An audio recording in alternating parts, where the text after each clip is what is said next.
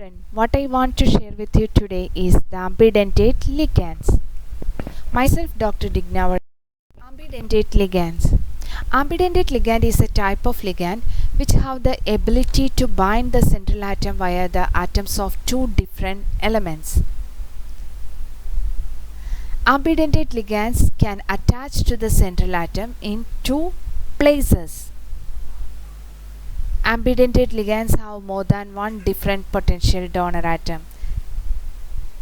Consider a general case in which you can see here a general ambidentate ligand ALB.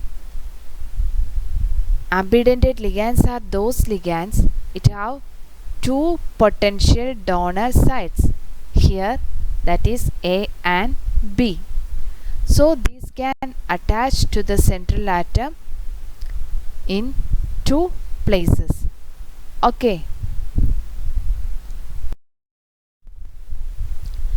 The thiocyanate ion NCS, which can attach to the metal atom through nitrogen, then it is known as thiocyanato N complexes. Another one is the complexes in which the sulfur atom is coordinated to the metal atom. So these complexes are known as thiocyanato S complexes. And thiocyanate ion, that is NCS minus, is an example of ambidentate ligand. The nitro group, which can attach to the metal atom through nitrogen or through oxygen. If it is attached to the nitrogen atom to the metal, then the complex is known as nitrito N complexes, and the oxygen atom is attached to the metal atom, then it is known as nitrito O complexes. Jorgensen prepared these complexes. Polyfunctional ligands can bind to the metal center through different ligand atoms to form various isomers. Ambidentate ligands are such polyfunctional ligands which can give rise to linkage isomerism. What is linkage isomerism? Linkage isomerism is the existence of coordination compounds that have the same composition differing the connectivity of the metal to ligand. We know ambidentate ligand has two different donor atoms. For example, consider thiocyanate complex in which sulfur is coordinated to the metal atom. In this complex, nitrogen is coordinated to the metal atom. By preparing these complexes, one is in violet color, that is sulfur is coordinated to the metal atom, and the other is in orange colored one, that is nitrogen is coordinated to the cobalt atom. So polyfunctional ligands such as ambidentate ligand which can give rise to linkage isomerism. By the difference in the linkage, in this case through sulfur and through nitrogen, these two compounds are different, and with these compounds have the same molecular formula, but only difference is the linkage to the metal atom. So these compounds exhibits linkage isomerism. Typical ligands that give rise to linkage isomers are thiocyanate ion SCN minus, here sulfur atom is coordinated to the metal atom. Isothiocyanate, in this nitrogen is coordinated to the metal atom. Selenocyanate, selenium is coordinated to the metal atom. Isoselenocyanate, nitrogen is coordinated to the metal atom. You can see in this particular complex the thallium is attached to selenium. Thallium is attached to here to selenium. So this is a selenocyanate complex. In this case, nitrogen is attached to the metal atom. Here nitrogen is attached to the metal atom, so it is a isoselenocyanate complex. Nitrate NO2 minus, both nitrogen and oxygen are potential donors. So nitrogen or oxygen can attach to the metal atom. Sulfite SO3 2 minus, the bonding mode of sulfate, both sulfur and oxygen can be attached to the metal atom. In this complex, gold complex, sulfur is attached to the metal atom. In all these types of ligands, there are two potential donors existing, but only one potential donor can attach to the metal atom at a time. So these types of ligands act as ambidentate ligands, and also it can give rise to linkage isomerism. Linkage isomerism of dimethyl sulfoxide ligands can be observed in the NMR spectrum. Here you can see the dimethyl sulfoxide ligands in which the oxygen atoms are attached to the metal atom.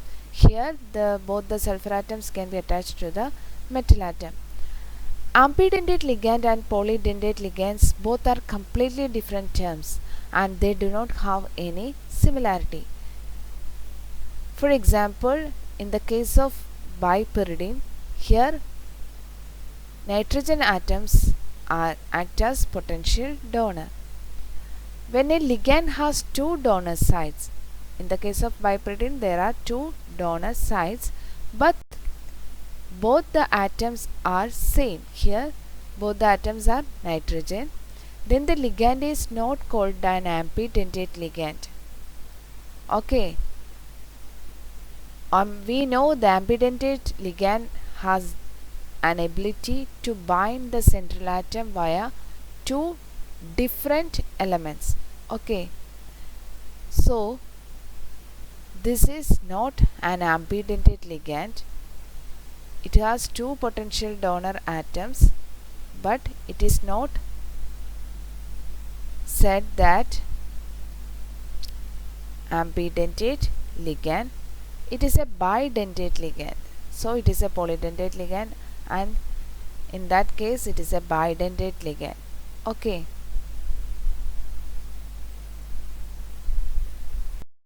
For selecting the donor sites for the monodentate ligands, which were always showing the denticity of only 1. We know monodentate ligands show the ligancy at one position. In all of its compounds, instead they had multiple donor sites. When a ligand cannot use its two donor sites simultaneously due to the steric hindrance caused due to small distance between them. If the ambidentate ligand, which is act as a in most case monodentate ligand, that is it has two donor sites but only one donor site can attach to the metal atom at a time. This may be due to the steric hindrance caused due to small distance between the ligand and the metal atom. When the distance between the two donor sites is more, then the ligand is able to bond with the metal using its multiple sites, making it a multidentate or polydentate ligand. If sulfite is act as a ambidentate ligand, if it is attached to the metal atom with both the sulfur atom and oxygen atom, then it is not a ambidentate ligand. It is making it a coordinate bond with the metal atom using its multiple sides, and acting as a polydentate ligand. Actually, this concept arose the several arguments.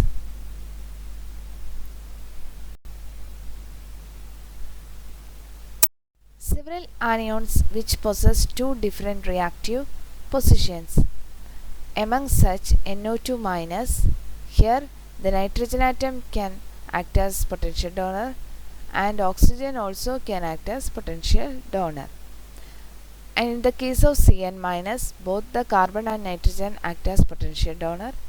In the case of thiocyanate ion, both the sulfur and nitrogen act as potential donor atoms. Another one is diacetate ions. Here you can see the diacetate ions. Here nitrogen and oxygen can be attached to the metal atom. Enolate ions, in this case also the carbon and oxygen atoms can be attached to the metal atom. And the anions obtained from hydroxypyridine, the oxygen and nitrogen can be attached to the metal atom. Nitroparaffins, here also nitrogen and oxygen act as the potential donor. And in the case of acid amides, nitrogen and oxygen can be attached to the metal atom. Thioamides, sulfur and nitrogen can be attached to the metal atom. Since these anions undergo covalence formation at one or the other of two available positions. Okay, in this case, if only one atom is attached to the metal atom, then it may be act as ambidentate ligand. If more than one or multiple sites can be attached to the metal atom, then it may be act as polydentate ligands. When a ligand has multiple donor sites but uses only say A of them at a particular time, then it's called ambidentate ligand. Consider a general representation LAB. Ligand has two potential donor sites A and B. It has a multiple donor sites, so at a time only A can coordinate to the metal atom, then it is called a ambidentate ligand. However, if it uses different number of sites in different compounds, say metal atom is attached to the A position of ligand, then it is called an ambidentate ligand. Metal atom is attached to B position to the ligand, then it is called ambidentate ligand. But if it uses different number of sites, if both A and B can attach to the metal atom,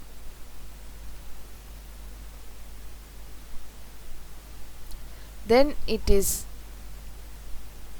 not set to an ambidentate ligand. It is a bidentate ligand, or it acts as a flexidentate ligand. In these two types of cases, generally it can act as a flexidentate ligand. This ligand can act as a one site donor, or it can act as a two site donor. So it is a flexible ligand.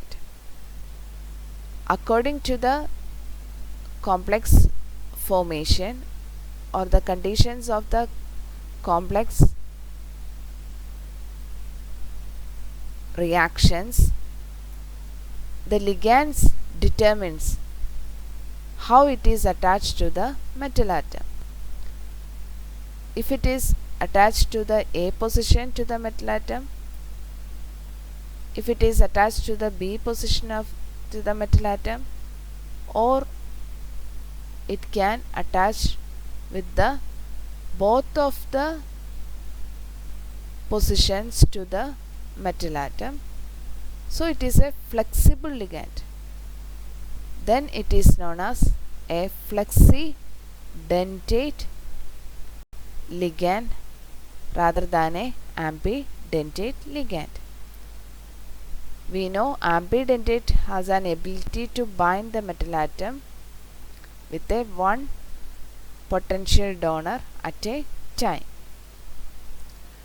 But there is some arguments, but this does not mean that all ambidentate ligands are monodentate ligands.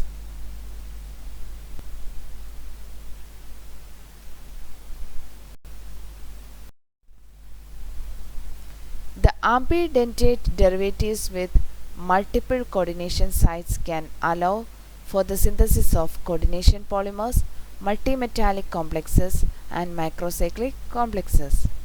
Coordination polymers are formed by ambidentate ligands such as Cn- and Scn-, which can coordinate to the metal ions at both the ends. Often coordination polymers will consist of a combination of poly, monodentate, bridging, chelating, and terminal ligands. What is a coordination polymer? A coordination polymer is an inorganic or organometallic polymer structure containing metal cation centers linked by ligands. The highest coordination number of a coordination polymer is 14, though coordination numbers are most often between 2 and 10. Best known of this type of compound is the series of NiCN twice NH3M compounds, where M may be benzene, thiophene, furan, pyrrole, aniline, or phenol. One of the early commercialized coordination polymers are the Hofmann compounds, that is the same compound as said above, and which have the formula NiCN4 NiNH3 twice. These materials can crystallize with the small aromatic gusts like benzene, thiophene, furan, pyrrole, aniline, or phenol, and this selectivity has been exploited commercially for the separation of hydrocarbons. Coordination polymers are commercialized as dyes. Metal complex, particularly useful are the derivatives of aminophenol. Metal complex dyes using copper or chromium are commonly used for producing dull colors. Tridentate ligand dyes are useful because they are more stable than the bi or monodentate counterparts.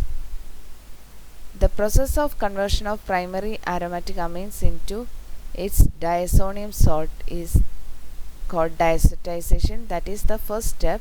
Aromatic aminophenol is taken, undergo diazotization reaction and coupling and forming dyes, and it forming attached to the metal atom on coordination, it forms a coordination polymer. It can act as a dye. Polyatomic ligand formulas are sometimes written in an unfamiliar sequence to place the donor atom adjacent to the metal atom and so help to make the structure of the complex clear. For example, hexaqua iron 2, in this case the ligand is water. So the complex written in this way, FeOH2 6 times in 2 plus. In this case, oxygen atom is attached to the metal atom. So we can easily understand that oxygen is attached to the metal atom. So it is more clear about the structure of the complex.